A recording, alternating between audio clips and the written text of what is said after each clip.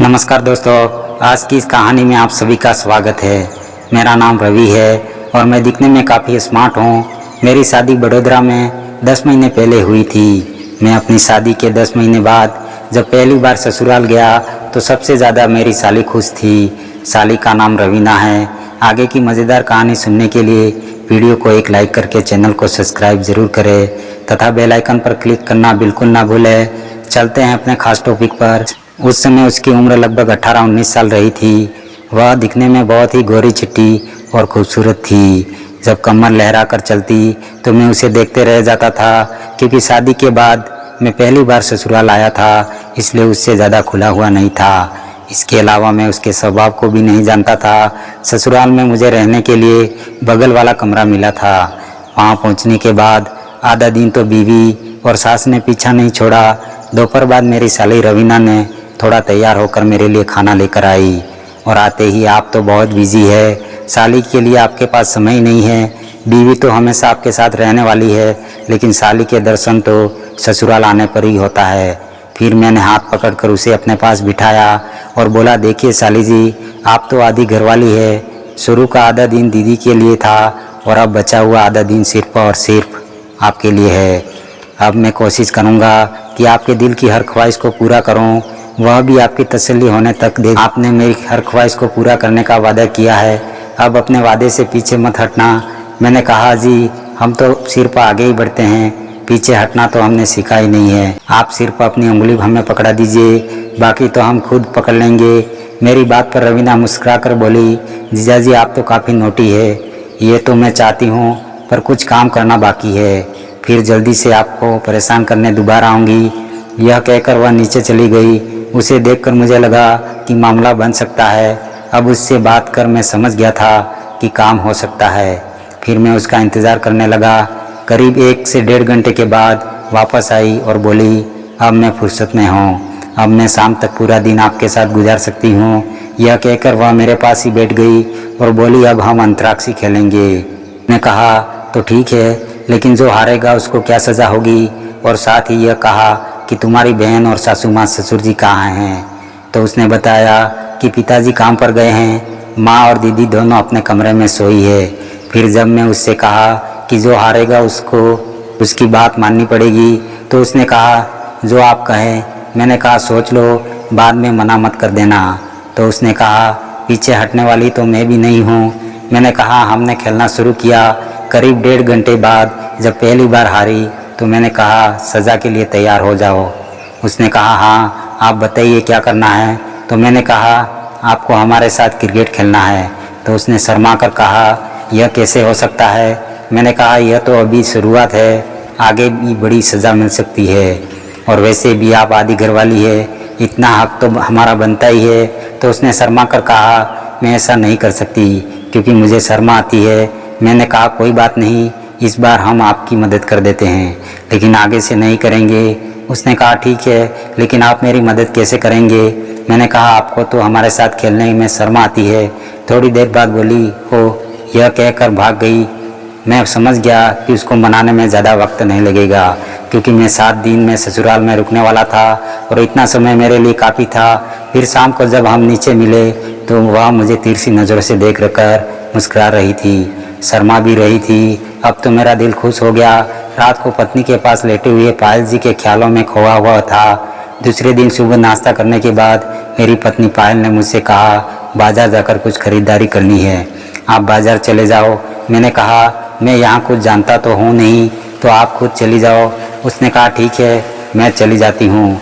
तब मैंने कहा, तुम रवीना को ले जाओगी तो मैं बोर हो जाऊँगा। तुम एक काम करो, तुम सासू माँ के साथ चली जाओ, हम लोग कुछ बातें करके समय बिता लेंगे। मेरी ये बात सुनकर मेरी भोली भाली पत्नी पायल ने कहा, यह भी ठीक है, तो मैं माँ के साथ चली जाती हूँ। मेरी साली चुपचाप सारी बातें सुनकर मुस्कुरा रही थी। कुछ देर बाद हम लोग चले गए। मैं बाहर आया तो देखा कि रवीना बैठकर कुछ कर रही थी और मुझे देखकर मुस्कुराने लगी। तो मैंने कहा, क्या बात है साली जी, बड़ा शर्मा आ रही हो, आज आप फिर नहीं खेलोगे क्या? तो उसने कहा, आप बदमाशी करते हो। तो मैंने कहा, यार आधी घरवाली हो तो आधे पर तो मेरा हक है, चलो इससे ज़्यादा कुछ नहीं, मुझे शर्म आती है।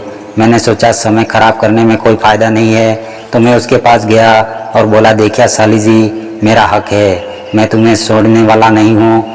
जैसे ही मैं क्रिकेट खेलने की कोशिश किया तो वह छूट कर बोली, देखिए जीजा जी, आप चीटिंग कर रहे हैं, आपका हक जहाँ है वही मैंने कहा यार, यह तो बहुत गलत है, कुछ करना भी पड़ेगा। यह कहकर मैं वहाँ से जाने की कोशिश करने लगा, लेकिन उसकी हालत ख़राब होने लगी और ऐसा लगा कि वह फिर भी मुझे ज़बरदस्ती का मजाक अच्छा नहीं लग रहा था, इसलिए मैं वहाँ से जल्दी से चला गया। उसकी हालत देखकर मैं अपने कमरे में जाकर बैठ गया। थोड़ी देर में रवीना वहाँ पर आ गई और कहने लगी, जीजा जी आप ऊपर आकर क्यों बैठ गए? मैंने मुँह फुला कर कहा, आपको तो हमारी कोई फिक्र ही नहीं है, इसलिए क्या करें, आप जाइए और अपना काम कीजिए। मेरे इतना कहते ही उसका मुंह उतर गया।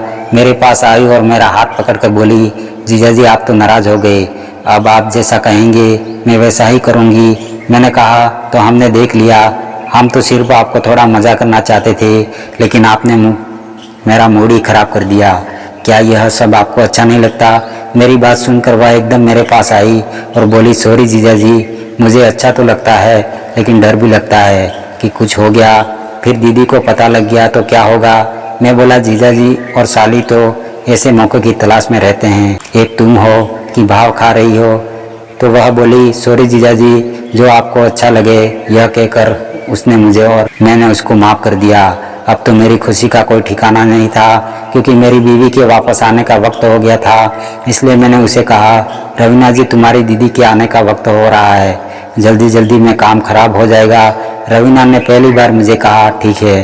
कुछ ही देर बाद मेरी बीवी पायल और सासू माँ बाजार से वापस घर आ गई। अब दामाद जी ससुराल में सभी से घुल मिल गए थे, इसलिए घर के कहीं पर भी सोने का नाटक करने लगा। अगला दिन मैं मौके की तलाश में था कि कब बीवी और सास का कहीं जाने का कार्यक्रम बने और कब मुझे रवीना के साथ बहुत कुछ खेलने का मौका मिले। दोपहर तक मैं कुछ नहीं कर पाया, लेकिन जैसे ही सास ने कहा कि कल तो आप लोग चले जाएंगे, इसलिए इसको लेकर सब रिश्तेदारों से मिला लाती हूँ। मैंने कहा, ठीक है, लेकिन जल्दी आइएगा। तो मैं फिर भी कुछ घंटे तो लग ही जाएंगे। वह क्या है ना दामाद जी, इतने सारे रिश्तेदार हैं, एक के यहाँ गए तो दूसरे लोग मुंह फुला लेंगे, इसलिए मैं सबके यहाँ थोड़ा थोड़ा मिला कर ले आऊँगी। यह कहकर वह लोग चले गए और मुझे तो जैसे मन मांगी मुराद मैंने रवीना जी को ऊपर आने का इशारा किया तो उसने शर्मा कर इशारा किया कि अभी कुछ देर में आती हूँ। अब मुझसे इंतज़ार नहीं हो रहा था, तभी रवीना जी का आगमन हुआ। कमरा फूलों की महक से भर गया। मैंने अपनी साली रवीना के लिए कुछ ऑर्डर भी कर रखा था खाने के लिए, ताकि हम जब दोनों क्रिकेट खेलते हुए थक जाएं तो आराम यही कर ले, कहीं बाहर न जाना पड़े। इसलिए मैंने सारा इंतज़ार कर रखा था। मैंने उससे कहा, मैं तुमसे बहुत प्यार करता हूँ। फिर मैंने देखा घर तो नया है और नए घर में काम का मज़ा ही कुछ और है, इसलिए बहुत ही प्यार से हम दोनों के बीच बहुत सारी प्यारी भरी बातें हुई और हमने एक दूसरे के बारे में सब कुछ बताया। उसके बाद तो आप जानते ही है हमारे बीच सब कुछ। मैंने साली जी से कहा, अब आपके बिना मैं एक पल भी नहीं जी सकता। वह बोली, मैं भी फिर उस दिन से रवीना जी मेरे साथ ही रहती है, एक अच्छे दोस्त की तरह। दोस्तों, यह कहानी आपको कैसी लगी कमेंट बॉक्स में ज़रूर बताएं। अगर कहानी अच्छी लगी हो तो चैनल को सब्सक्राइब और वीडियो को लाइक करना बिल्कुल ना भूलें। धन्यवाद।